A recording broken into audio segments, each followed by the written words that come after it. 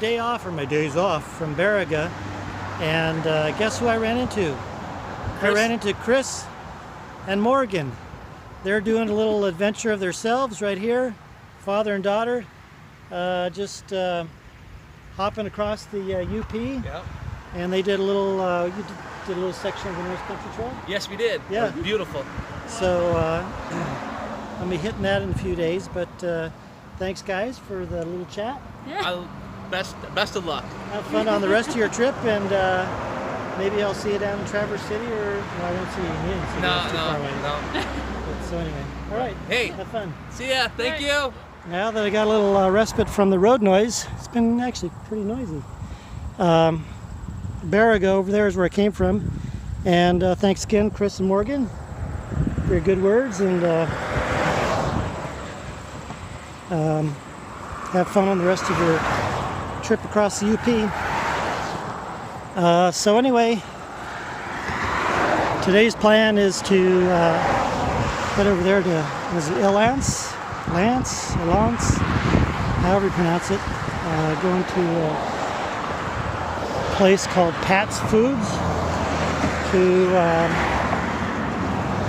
stock up on 6 or 7 days worth of food to get me to Marquette, since I'll be pretty much in the backwoods, back roads, nobody around, no cell connection.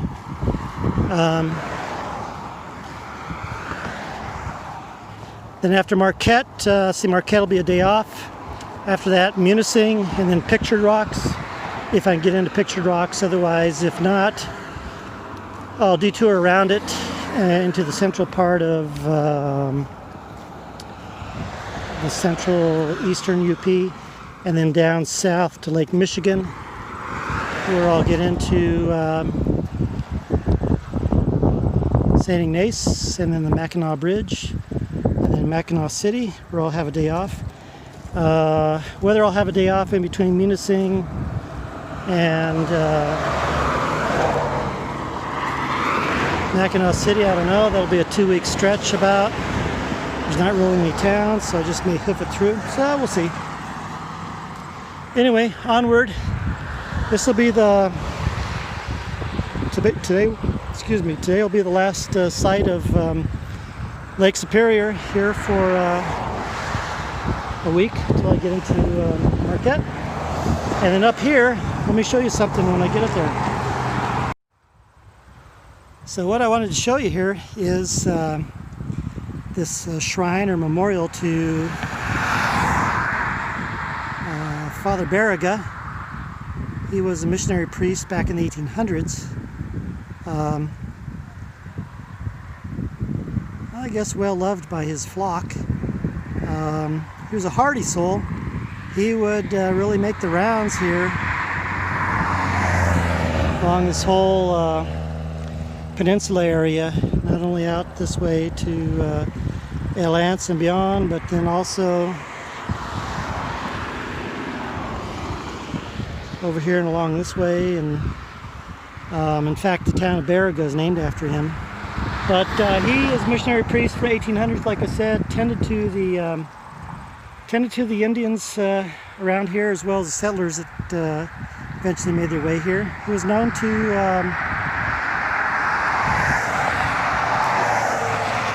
trot on snowshoes 70 miles at a time to get to his people during the winter.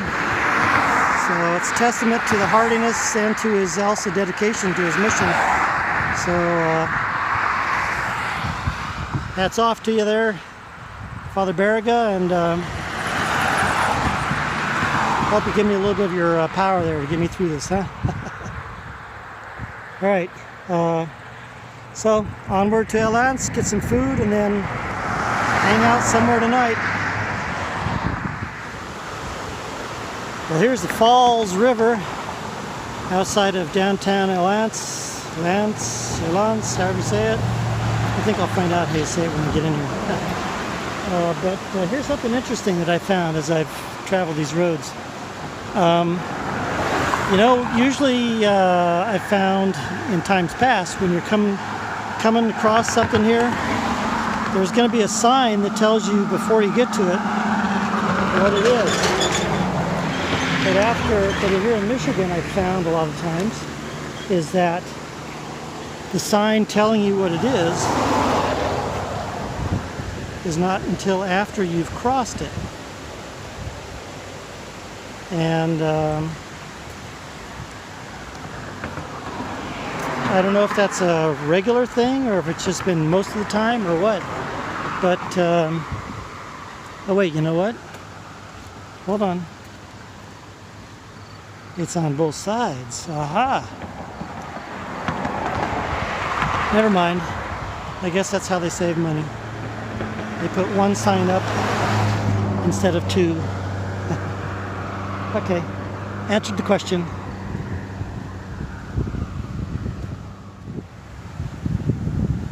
Well, here's the first view of coming into the downtown, I guess the main part of the village of Lens.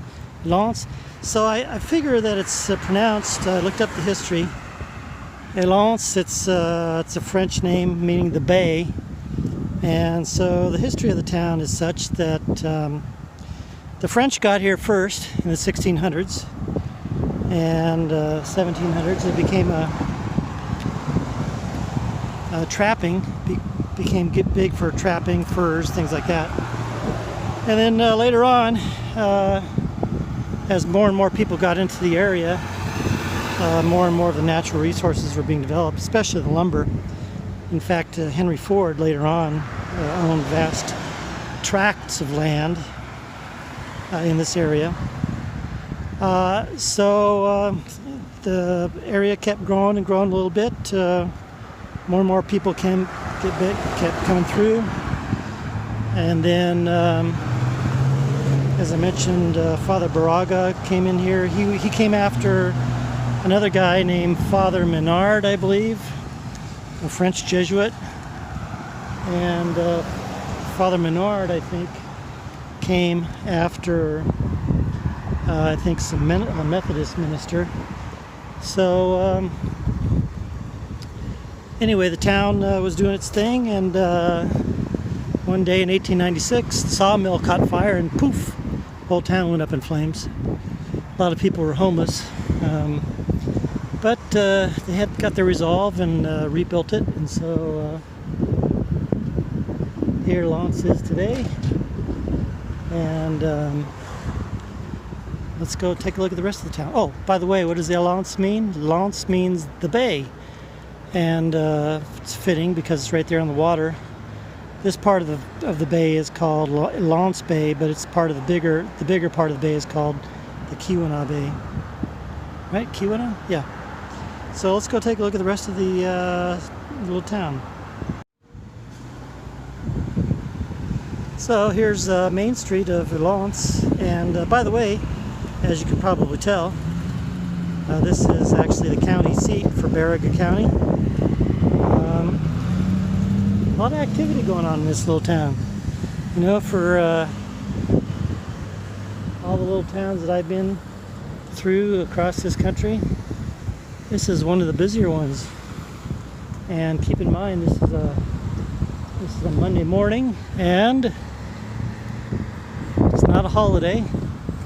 And down here would not be passed through tourist traffic. Up there on the highway it was, but this certainly is not. So, well, it's got a lot going for it here. So now I'm heading to the, they've even got a pretty good size market there. I'm heading to the market, figure out what I'm going to get for the next 7 days, and then hopefully I don't run out before I get to get the Marquette. Oh look, I'll bet you anything that's the courthouse up there. I don't know. Alright, let's go to the market. Oh wow, so that took longer than I expected. So I went into Pat's Foods there, and about an hour and a half later, I've got all my stuff for 7 days. I think I overshopped. Usually do. So now the trick is how I'm going to place all this stuff in that backpack. Well, let's see what happens, huh?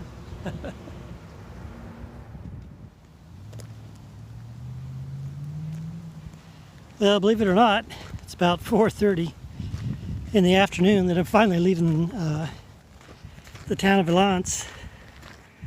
But you know what I've been thinking, and I pretty much had come to the conclusion last year, is that after having a 0 day and then leaving on the next segment, I think it's a good idea just to leave late on that day that you're leaving, because then it's like having a second 0 day, and it gives you time to get into town and do your organizing and stuff, so that you don't have to take the time and energy on your off day to do all that stuff. So I think that's the plan from here on out. After a 0 day, leave late on the leaving day, just hike a few miles, get out of town, and then take it back up full swing the following days.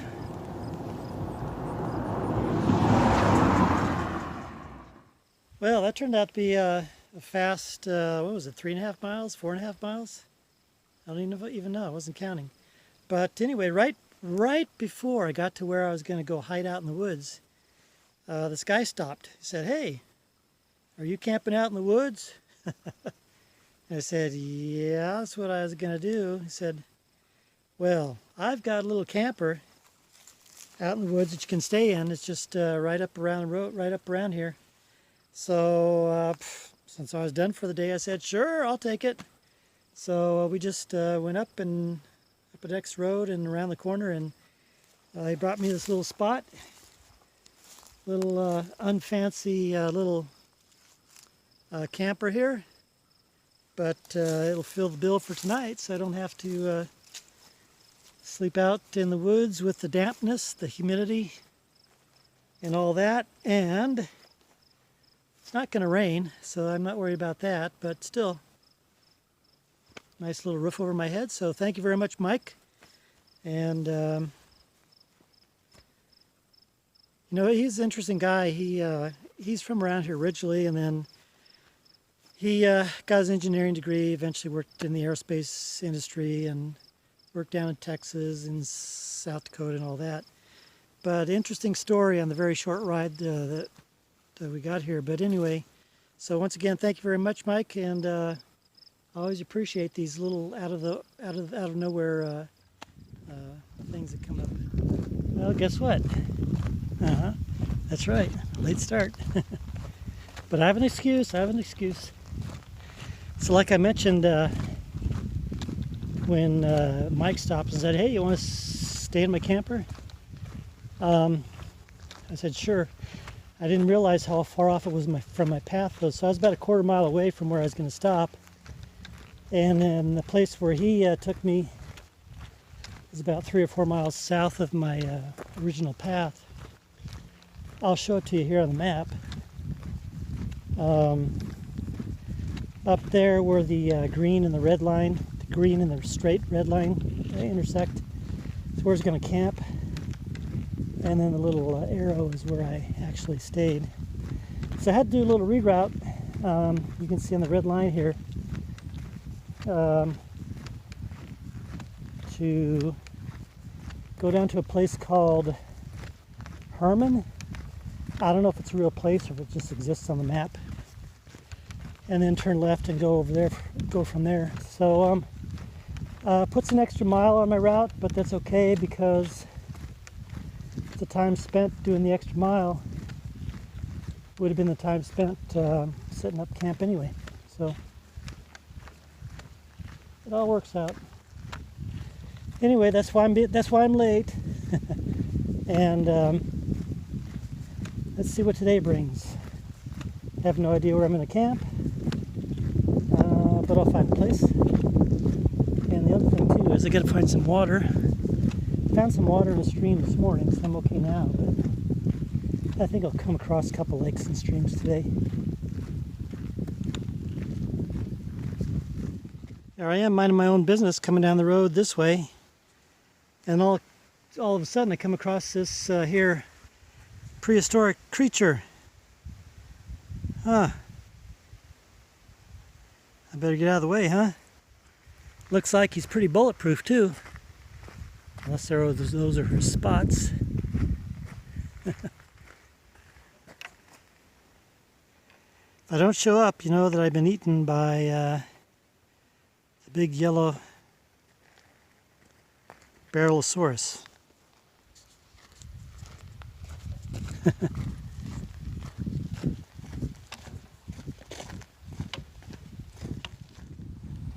Well, coming down this little country road, came across a little homestead, looks like. Nobody there anymore. And over here on this side of the road too.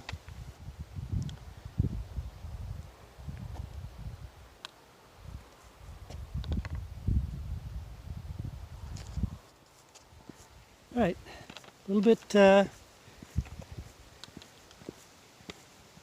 into Herman here almost. Let's find out if it's a real place or just a spot on the map.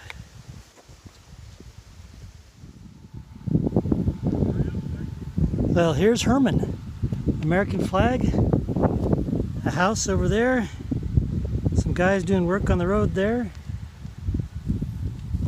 A stop sign. And a house right here. That's Herman. All right, let's continue.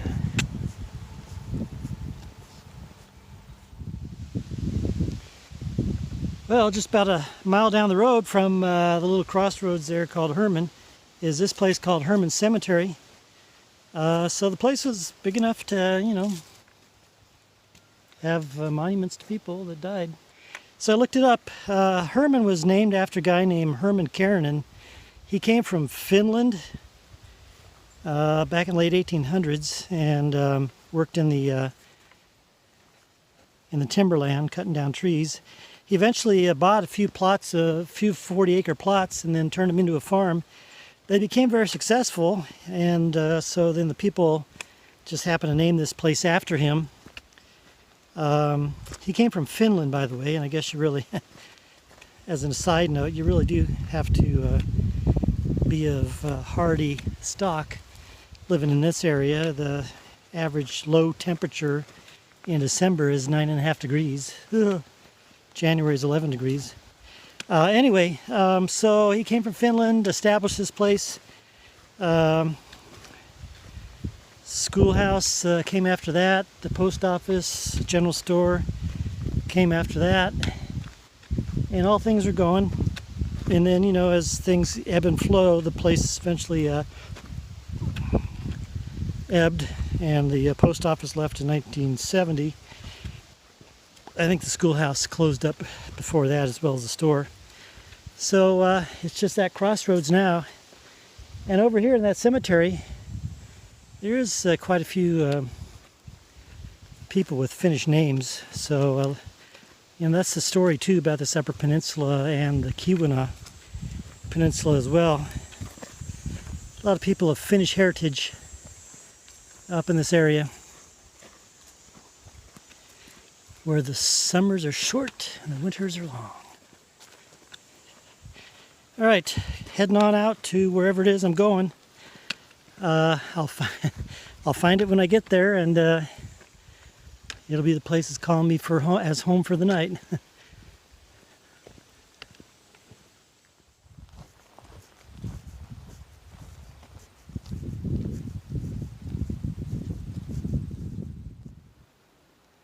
Don't know if you can tell right there. Some leaves in that tree are starting to turn a little yellow and orange.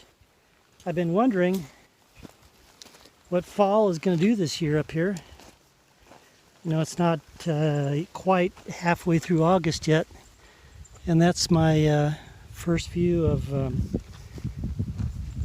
seeing some leaves changing.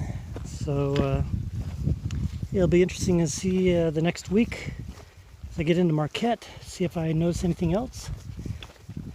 And then after that, we'll see. Another piece of interesting tidbits is that right now we're about 1,670 feet elevation. The highest point in all of Michigan is right over that way, about 11 miles.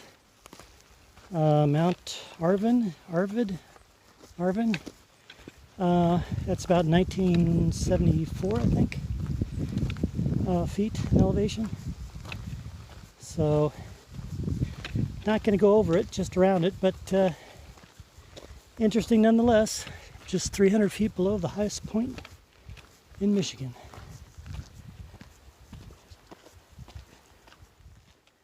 Well, this is a new one. Walking along this lonely dirt road, right? I hear music. And then I see this. It's out here in the middle of nowhere. Can you hear that music?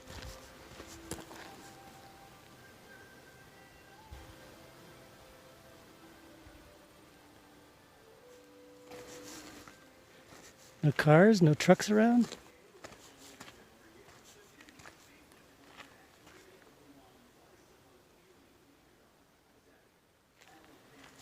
Huh.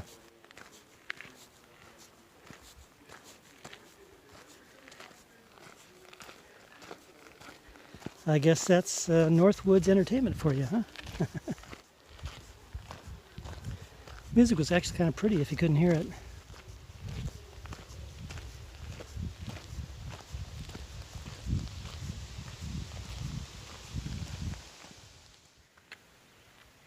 Well, hello, little guy. Just sitting out there sunning yourself, huh? Or did you get run over? Oh no, I think I saw a little movement, didn't I? Hi. All right. Have a nice day.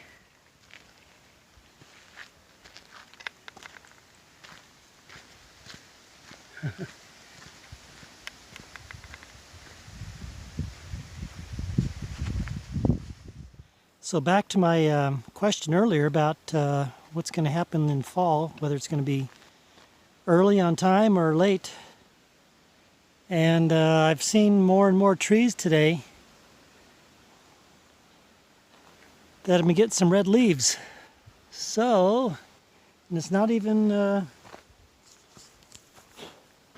it's just a few days shy of mid-October. So, maybe it's going to be early winter, huh? Up here anyway. It's just trees every now and then, you know, it's not regular. There's another one here. So, well, there's one right there too.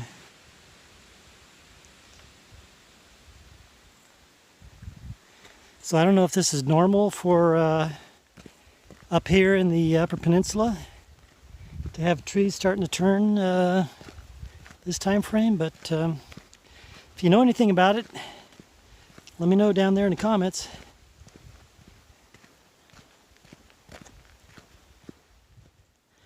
I've seen a few logging trucks come down the road today. Wondered where they're coming from, but I guess I've stumbled across the area here, huh? All stacked up and ready to go. Which ones are you going to use to build your house here? Oh, there's a nice straight one right there. And, oh look, there's one right there. And got to keep moving. Whenever I stop, these mosquitoes, they just bite right through my clothes. Sheesh. So, here's some more.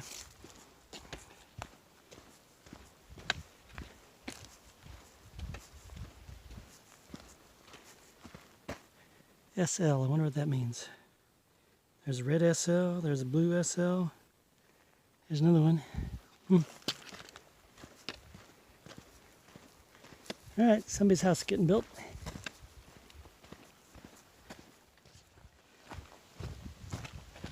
As I'm going through this zone here, it reminds me on the on the map shows that up ahead is the range for moose and elk. That would also mean there's wolves up ahead and bear. In fact, I just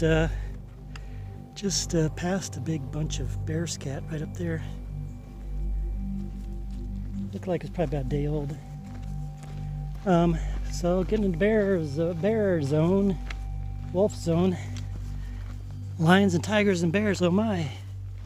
Or maybe I should say elk and moose and wolves and bear, oh my. It'll be interesting to come across something if I do.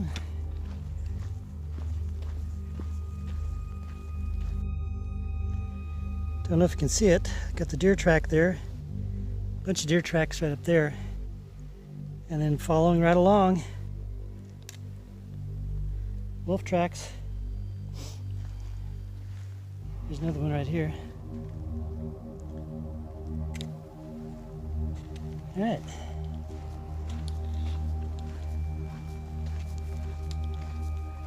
Maybe I do get to see something. Or at the very least hear something tonight. Oh! All right. Well, I stopped about a mile and a half short of where I think I'm going to camp. Somewhere in these woods, unless they open up. It was nice and quiet. The mosquitoes first swarmed on me. Man, they're biting through my clothes and all. But all of a sudden they left, so that was nice. But it was nice to reflect on being able to determine what I'm going to see or hear tonight. Wolves, maybe. Bears. I don't know yet if I'm quite to the moose and elk area. But like I said, here comes the mosquitoes already. Like I said, I saw those wolf tracks and deer tracks, so maybe I'll have a treat tonight. Or maybe some bears. In the deep, dark woods. It would be nice to see some bears, huh? Yeah.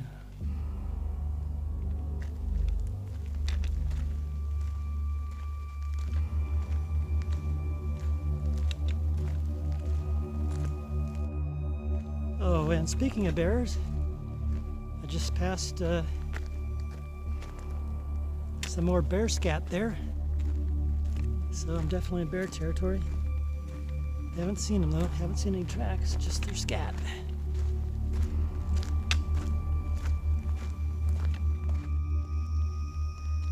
Well, if it weren't for the mosquitoes, this would be the place to hang out. Oh man, come on. Place to hang out right now, and all this water, this marshy stuff. Watch for wildlife.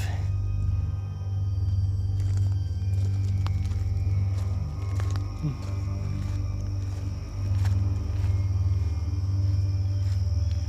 look at this nice water flowing across here. I'm sure there's got to be something around here. Saw some more tracks back there.